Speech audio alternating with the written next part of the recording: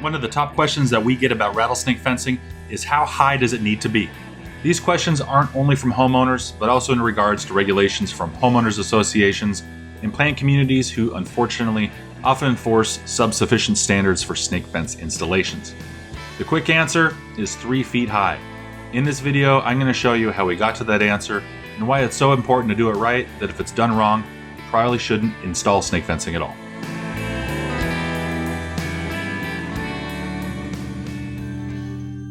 A quick recap on this topic.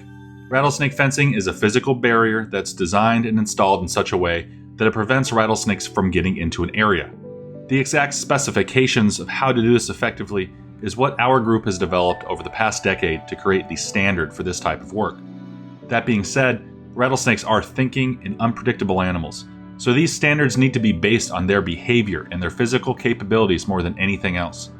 And a quick disclaimer, this design is intended to exclude rattlesnake species native to the desert Southwest. And while it has a level of varying effectiveness on other types of snakes, there's nothing that will exclude all types of snakes in all places all of the time. If you have someone that's promising you that, throw that contact in the trash. So back on topic, how high does a snake fence need to be? This question really is, how far up a smooth surface from the nearest foothold can a rattlesnake climb? So, rattlesnakes can and do climb many things: trees, bushes, piles of rocks. Anything with sufficient texture and grip opportunity can be used to climb. However, smooth surfaces without protrusions are not climbable by rattlesnakes. Concrete or metal walls are impassable to rattlesnakes, as long as they're high enough to keep them from getting their heads over the top. That's why smooth steel mesh of the right gap size is the perfect material to use when installed at the right height. From testing and observations, we noticed a couple of things about how rattlesnakes attempt to climb smooth surfaces. First, the structure of their body prohibits them from climbing straight up more than about a third of their body length, unless additional support is offered. Second, if there is stabilizing support like a tight corner or a rock to push against, they can climb higher or up to about half their body length. That means that we need a fence that is half as long as the body length of the largest rattlesnake in any given area, with some additional buffer to eliminate against variability in height or extraordinarily rare and large individuals. That means to exclude a 4-foot rattlesnake, which is a very large adult, you'd want a minimum height of 30 inches, which is half the length of that snake with an appropriate buffer of 6 inches. To exclude a 5-foot rattlesnake, which would be an exceptionally rare monster-sized snake in the desert Southwest, you'd want 36 inches, or again, half the length of the snake with a 6-inch buffer. In almost all cases, 30 inches high will be just fine, and we've certainly installed quite a few fences where that is appropriate in Phoenix.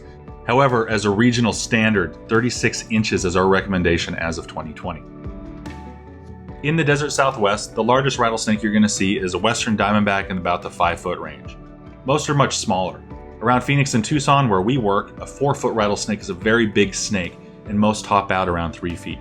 These sizes are based not only on our thousands of documented captures and survey work, but also available published data, peer-reviewed literature, and basically anybody that measures them rather than eyeballs it.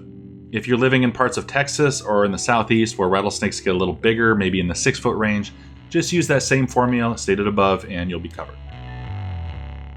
To test all of this, we conducted some simple experiments. First, we constructed a box with an adjustable floor to create varying heights of mesh to test. The box has 2 settings, the 24-inch height that is required by many HOAs and the 36-inch height as per our standard.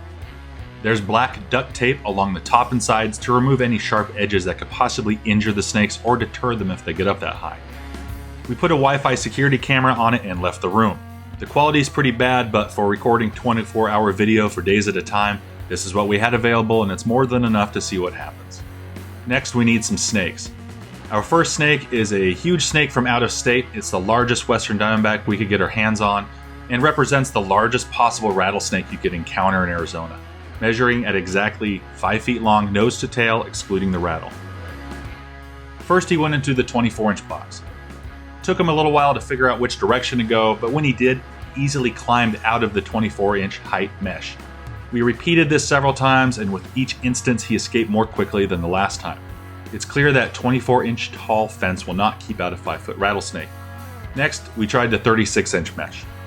The snake stayed in the box for a period of 5 days, moving often and trying to climb up and out at the corners that he had previously done that worked so well with the 24-inch high fence, but he was unable to escape. Eventually, it curled up into a corner and stopped trying, at which time we ended the test. From this, we can see that a 36-inch tall fence can repel a rattlesnake up to 5 feet long. Next, we repeated the experiment with the more typically sized rattlesnake that homeowners could encounter here in Arizona at 4 feet long. We placed her in the 24-inch high box and waited. It took her quite a bit longer, but she eventually was able to just get her nose over the top and pull herself up and over. When tested in the 36-inch box, she stopped trying quickly and spent most of the 5-day period just sleeping in the corner. As expected, a 36-inch height effectively repels a 4-foot snake just as it did the larger 5-foot snake, upholding the standard and underlying mechanics just as we explained previously. So the conclusion? The 24-inch height that is so often required by HOAs and installed by do-it-yourselfers and pest control guys is not sufficient to protect your yard from rattlesnakes. To do the job effectively, you want a minimum of 30 inches with a standard recommended height of 36 inches. Very importantly, a rattlesnake fence that lets some rattlesnakes in is more or less an effective rattlesnake trap. In situations where a property can't be protected correctly, either by using the right materials or the correct standard, it's probably best just to do nothing at all and allow snakes that might find their way onto your property to be able to leave as well. In many cases, the reasons why someone is not able to install a fence to the correct standard lie in the HOA regulations for the community. It's not at all that HOAs don't care about their residents' safety. It's just that exactly how to make these snake fences is pretty new stuff, and it's not really written down many places. So decisions are often made that reflect aesthetic preferences over functional ones.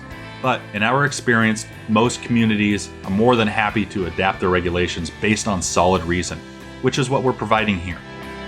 And to wrap it up, a few closing notes on the subject of fence climbing snakes that's important but don't quite fit the height question. First, rattlesnakes can't climb straight up a concrete or block wall like a slug. It's physiologically impossible. Their bodies just don't work that way, and they can't belly crawl up a flat surface any more than you or I could. Second, it's not always a matter of what rattlesnakes can do, but what they will do. Even with fencing installed, it's a good idea to try and keep food, water, and shelter opportunities for them within a protected area to a minimum. With the right snake fence installed, you'll have the best protection you possibly can, but I'd still not invite them over to perpetually test it. To illustrate this, what I often say is, when I go to the grocery store, if I really wanted to, I could probably find my way onto the roof somehow. I don't need to though, so I don't do that. But if they went crazy and decided that the roof is now where they're going to store all the food, I'm going to be trying a lot harder to do something that I previously did not care at all about doing, and I'm going to get on the roof.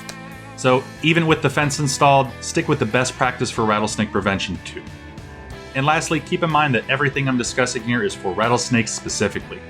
There are some very good, harmless climbers out there like gopher snakes, coach whips, and king snakes that can do some fun things like climb straight up rough stucco walls. So seeing one of these snakes in a rattlesnake fence protected area is not an indicator that the fence has failed in any way. I realize that many people choose to install a rattlesnake fence with the intention of never seeing any kind of snake ever again, but let's face it, most people don't like snakes and don't want to see them. But we got to draw a big distinction between snakes that might look scary and snakes that pose an actual danger to people and pets, and the latter is all we really care about in this case. So that's it for now. Be sure to take a look at our other snake fence videos, in particular, the one that addresses mesh size and baby rattlesnakes.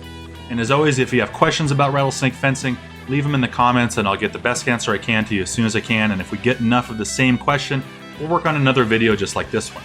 Be sure to get on our Facebook page for a lot more information as it happens. Thanks for watching.